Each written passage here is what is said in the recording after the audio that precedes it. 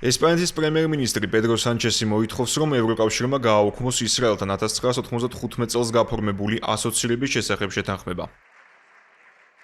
წინასაარჩევნო კამპანიის მიმდინარეობისას ამომრჩევლებთან გამართულ მორიგ შეხვედრაზე ევროპული ქვეყნის ლიდერმა განაცხადა, რომ არაფერი აქვს მეგობარი ისრაელელი მოსახლეობის და ხალხის საწინააღმდეგო, თუმცა მკაცრად გმობს მათი პოლიტიკური მმართველისა და ბენიამინ ნეთანიაჰუს ხელისუფლების ქმედებებს ახლო აღმოსავლეთის ქვეყნებთან მიმართებით.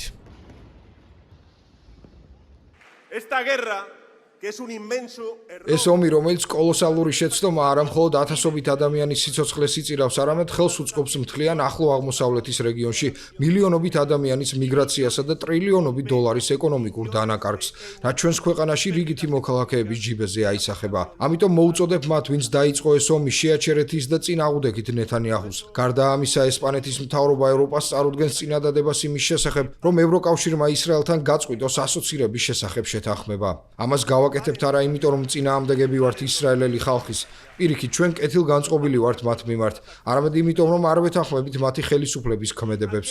ხელისუფლება კი, რომელიც საერთაშორისო სამართლის წესებსა და შესაბამისად ევროკავშირის ღირებულებებსა და პრინციპებს არღვევს, ვერ იქნება ევროგაერთიანების წევრი. ეს ძალიან მარტივი და აშკარა საკითხია. სწორედ ამიტომ ველი ევროკავშირის ყველა წევრი სახელმწიფოს მხარდაჭერას. ესპანეთის პრემიერ-მინისტრის პოზიციას იზიარებს ირლანდიაც, რომელიც უერთდება პედრო სანჩესის მოთხოვნას, თელ-ავივის მხრიდან დემოკრატიული პრინციპების უგულებელყოფის არგუმენტით. ერთ აზრზეა ევრობლოკის წევრ სახელმწიფოთა უმრავლესობას, თუმცა ჯერჯერობით არ არსებობს ერთიანობა ამ საკითხის ირგვლივ. ბულგარეთი, ხორვატია, გერმანია, იტალია, უნგრეთი, ლიეტუვა, საბერძნეთი და კვიპროსი ეწინააღმდეგებიან ისრაელთან საბაჟო კავშირების გაწყვეტას, რადგან ახლო აღმოსავლური ქვეყანა ამ მხრივ ევრობლოკის უმსხვილესი პარტნიორია, წლიურად 45 მილიარდი ევროს ოდენობის ბრუნვით. მადრიდი მტკიცედ ინარჩუნებს ახლო აღმოსავლეთის რეგიონსა და ირანში წარმოებული ომის საწინააღმდეგო პოზიციას, რის გამოც ესპანეთს დიპლომატიური ურთიერთობები დაეძაბა როგორც ისრაელთან, ისე ამერიკის შეერთებულ შტატებთან.